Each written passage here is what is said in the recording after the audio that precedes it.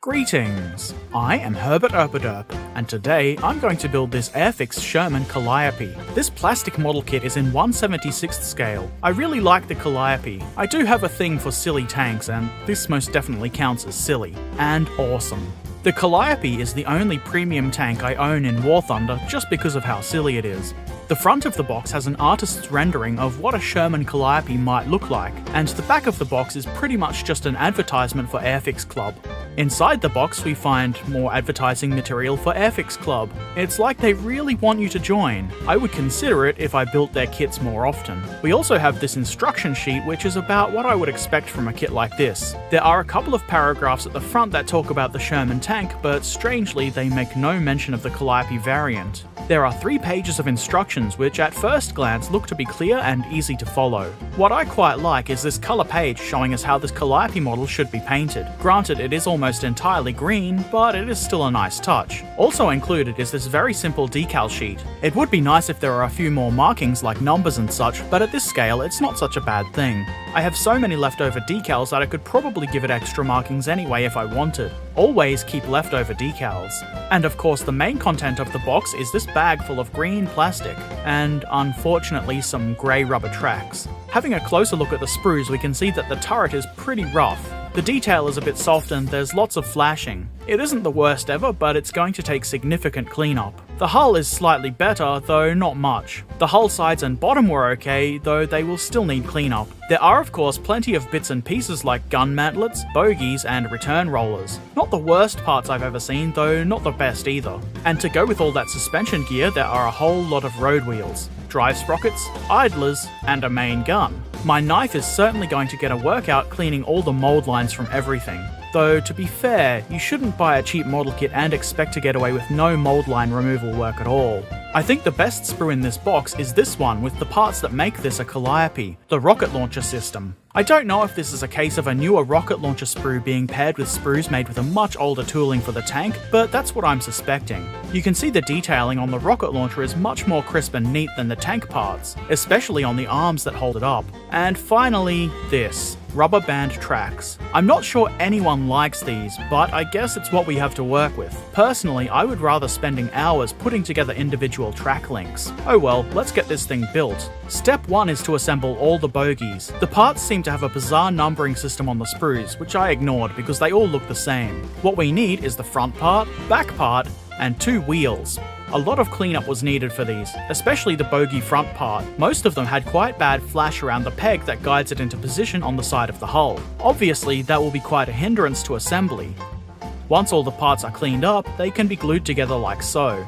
This is easy, in theory. Put the wheels on and glue the back part on, though I found the back part didn't quite fit properly onto the axles and it was hard to get the wheels to sit straight. It did go together though, and it will look enough like Sherman bogies, so I'm not going to complain too much. Eventually, you'll be left with a small pile of Sherman bogies, which is just what everyone wants. Now it is time to attach these to the hull sides, along with the track return rollers which I've just cleaned up. These were simple enough to glue into place. You can do it in any order you like, bogie first or return roller first, though do be sure to get some glue between both parts and be careful to make sure everything doesn't dry all wonky. As straight and neat as possible is what we want. Also, there are different return rollers for each side. They are numbered differently on the sprue. Just pay attention when gluing them on. They should angle upwards and away from the bogie. This part didn't take very long at all, mostly because all of the parts had already been cleaned up. Next, I assembled the drive sprockets. Would it surprise anyone at this stage if I mentioned that they had quite a bit of flash between the teeth? Also, they have no detail. Looking at the instructions, it is a tiny bit difficult to tell if I'm doing this right, but I think I am. The drive sprockets have an indented side and a raised side. I believe they both should be facing the same way, with the axle part in the middle, like I've done here. They do look quite rough, don't they? Oh well. After widening the hole so the drive sprockets will fit, they can then be glued into the front of the hull side part here like so. It doesn't seem to matter which sprocket goes on which side. Then we can glue the idler wheels in. These still needed cleanup, but not much at all. Make sure the idler wheel sits straight. Make sure you leave ample time for the glue on these parts to set properly before even thinking of putting the tracks on.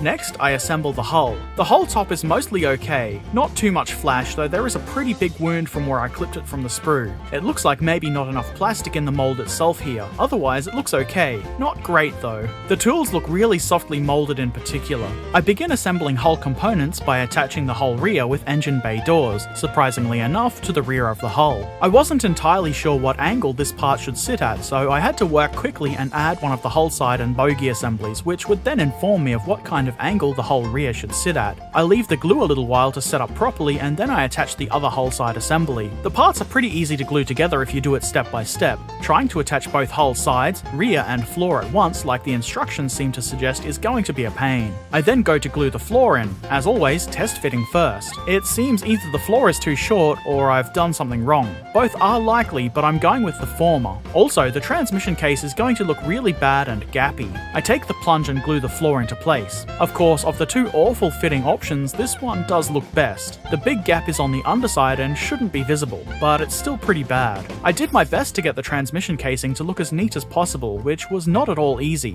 Depending on your level of motivation, this could be fixed with green stuff. If I do fix it, it won't be anytime soon. I then attached the bow machine gun. Tweezers were very helpful in attaching this tiny part. Next come the hatches for both the driver and co-driver. These weren't particularly challenging to install. These hatches go on specific sides of the tank, though it shouldn't be hard to figure out which is which. The hinge goes towards the outside of the tank.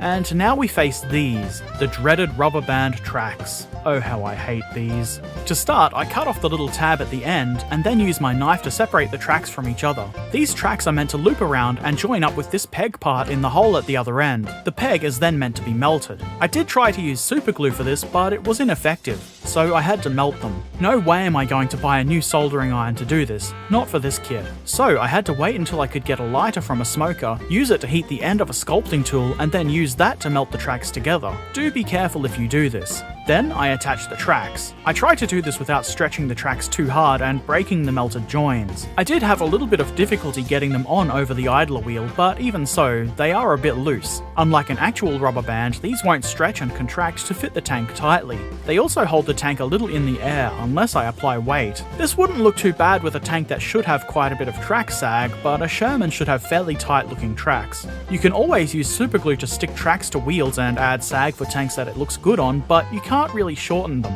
Not without expending way more effort than this kit is worth. I guess they're so loose because if they were any tighter it would be next to impossible to get them onto the tank without breaking something. To say I am disappointed by these tracks is an understatement, though I'm not really surprised. I guess it could be worse. Now onto the turret.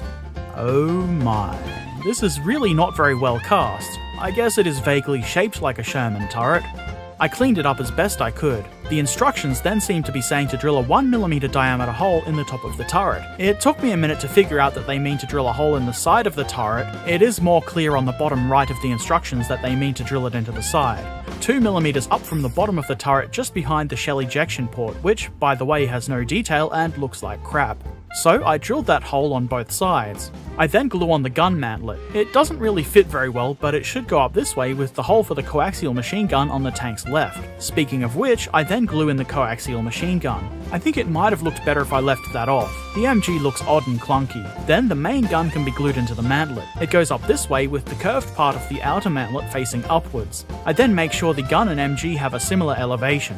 I didn't bother drilling out the end of this gun barrel. Next, the ring for the commander's hatch can then be glued into the obvious location like so. The mounting hole for a pintle-mounted machine gun should face towards the front of the tank. A commander's hatch is no good without the hatch parts themselves, so they can be glued in next. The half with the round vision device should be on the tank's right. It's a little bit fiddly, but it does go into place fairly easily. Make sure the hatch halves line up with each other and are properly pressed down onto the hatch ring. That's the turret complete. Let's see if the rocket launcher system is any better.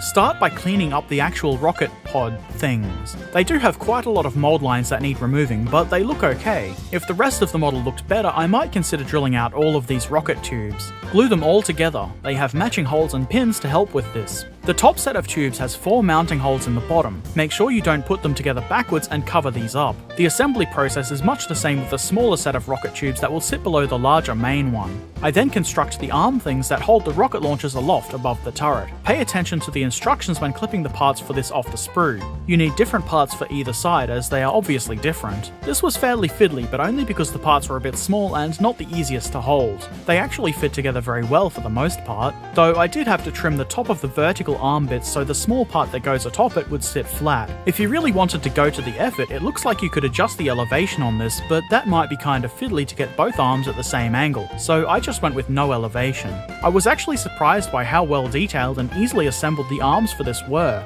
having built the rest of the kit. The next thing I did was to join all the rocket launcher tubes together. This isn't difficult at all, though there is a specific way the bracket things should go on. One has a kind of pocket. This one goes towards the front. It's where you will connect the rod that elevates and depresses the rocket launcher rack. Once you have the bracket glued to the lower rocket pods, you can glue the upper rocket pods onto the brackets. We can then attach the arms to the rockets. The instructions don't really help very much when trying to figure out how these parts go together, so I just kind of guessed. The springs should face towards the front of the assembly. Let's see if the Calliope part fits to the Sherman part. As it turns out, no. The holes are too far back and the turret is too narrow to fit the part. Oh well, I simply drill out some more holes further forwards on the turret. I was actually going by what the instructions said, so this isn't entirely my fault. It is kind of annoying though.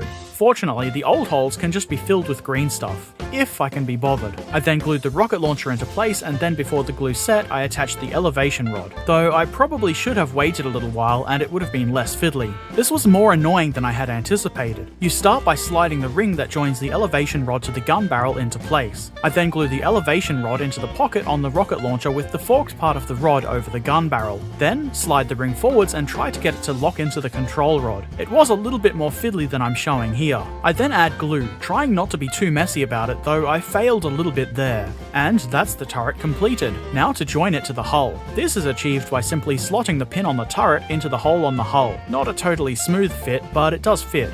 I really wanted this to be a good model. Unfortunately, that's just not the case in my opinion. There was a lot of flash and poorly molded parts needing significant cleanup, which added quite a lot to the total time it took to build this. About an hour and 10 minutes. Not to mention the dreadful rubber band tracks. Also, some of the detailing is really soft or missing entirely. I'm pretty sure I'm correct in my assumption that this is a more recently tooled rocket launcher sprue paired with an old Sherman kit. It would be nice if they updated this model. I would hope they at least have a more updated version of the Sherman by itself at least. I'm sure with a lot of work this could turn out to be a fairly okay model. I can only justify to myself spending so much time working on this though, and I think I've already spent too much time on it. You can only polish a turd so much. Still, it's not the worst model I have built. That dubious honour goes to the Airfix 600 scale Bismarck. The hull parts on that model didn't really fit together anywhere near properly. That said, in my experience, Airfix do stand by their products, and when I told them of my disappointment, they did their best to rectify the situation. In that case, sending a new hull, so they do get points for that, and I do still occasionally buy their kits. It is good to know that they are willing to send replacement parts even when unasked for. I don't want to put people off Airfix kits entirely. I mean, they do have some good ones, though so far the only one I've found is the Cromwell I built a while ago.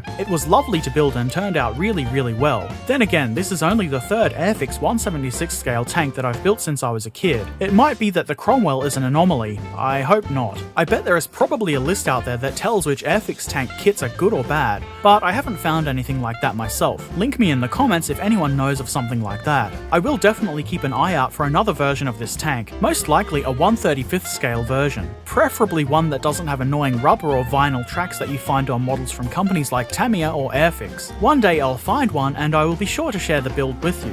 So, what do you think? Have you built this kit? Have you been thinking about it? Any comments, questions, or suggestions, as always, are very welcome in the comments section. I'd especially like to hear any suggestions for a 1/35th scale Calliope tank. Who makes a good one? Any I should avoid? Let me know. I do hope this video has been helpful or interesting. If you like the videos I make, it would be most excellent if you shared them with your friends and anyone else that might find them useful or relevant. Doing things like clicking like and subscribing are also good and appreciated. If you really like what I do, please consider supporting me via Patreon at patreon.com/herberturpaderp. That would be just dandy. Thanks for watching. Farewell.